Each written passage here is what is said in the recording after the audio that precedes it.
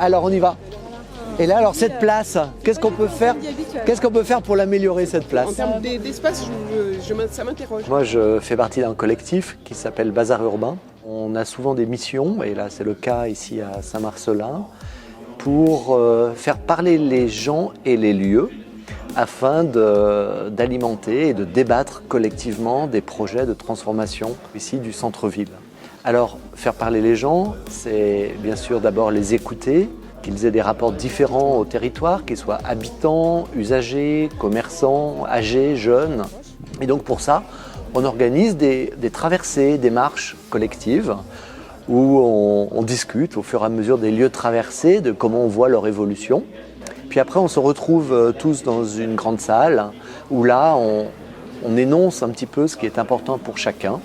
Ce qui compte, bien sûr, c'est d'écouter ça, mais ce qui compte aussi, c'est que chacun écoute la parole des autres. Et du coup, il y a discussion, il y a enrichissement, il y a contradiction, etc. Voilà. Peut-être aussi au niveau des animations. D'ailleurs, qui prennent le vélo, tous les usagers, parce que cet axe-là, il est très utilisé en vélo, le réaménager correctement avec une piste cyclable protégée. Je suis résidente au centre-ville de Saint-Marcellin. Voilà, je travaille sur Saint-Marcellin, donc je me déplace en vélo, mais aussi en voiture et à pied.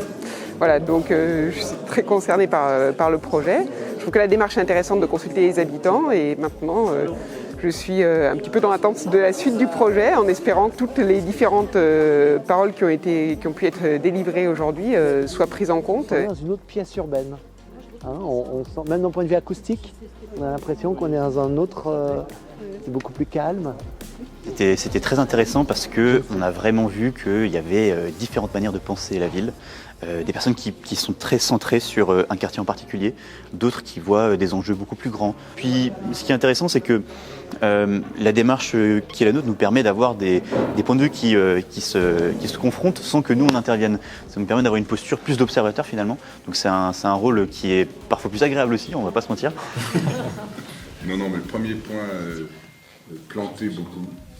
C'était parce qu'on voulait débarrasser l'avenue du collège des voitures et donc du coup si on a sollicité le concours des habitants pour nous aider à réfléchir, c'est parce qu'on a décidé de revoir complètement l'aménagement urbain du Champ de Mars et de l'avenue du collège et de la place d'Armes.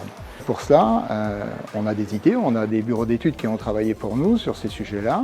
Comme on a pu le voir aujourd'hui, ces solutions risquent de pousser les gens dans la contradiction, en particulier, qu'est-ce qu'on fait de la voiture, sachant qu'on est quand même une ville rurale qui a besoin de voitures, et en même temps, sachant très bien que dans 10 ans, on aura moitié moins de voitures qu'aujourd'hui, probablement.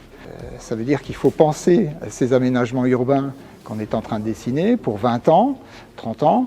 Je me rends compte qu'il faut davantage expliquer aux gens ce qu'on fait et pourquoi on le fait, parce que souvent on a des bonnes raisons et les gens ne les connaissent pas et du coup pensent qu'on n'a pas suffisamment réfléchi, alors qu'en fait on n'a pas suffisamment expliqué.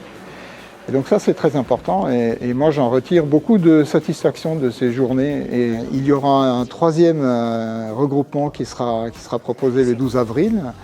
Et j'espère que là aussi, on aura de nombreuses personnes qui y participeront, de manière à ce qu'on puisse vraiment réfléchir avec tous les intrants de ce projet.